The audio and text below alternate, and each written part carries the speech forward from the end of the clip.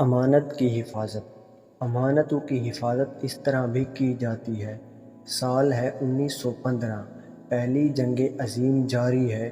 سلطنت عثمانیہ کی فوج کا ایک سپاہی فلسطین میں ڈیوٹی دے رہا ہے۔ اس کے پاس کچھ رقم ہے جو وہ امانتاً فلسطین کے الول نامی ایک خاندان کے کسی شخص کے حوالے کرتا ہے، اس درخواست کے ساتھ کہ جب جنگ ختم ہوگی تو وہ واپس آ کر اپنی رقم لے لے گا۔ مگر فوجی کبھی پلٹ کر نہیں آیا، نہ جانے جنگ میں کام آ گیا یا بعد میں جہان فانی سے رخصت ہوا۔ الول خاندان کے امانت دار شخص نے وہ رقم 106 برس تک لوہے کے ایک تجوری میں محفوظ رکھی۔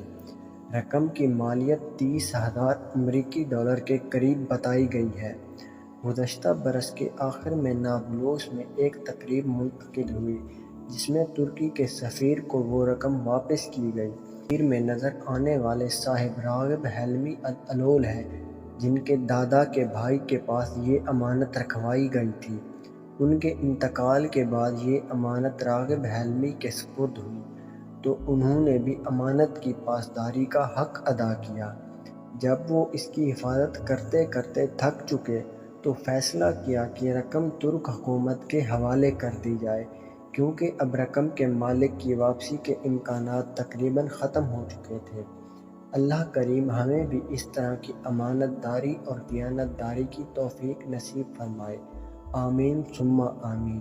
تحریریں اور ویڈیوز کے لیے ہمارے چینل کو سبسکرائب کریں۔ شکریہ۔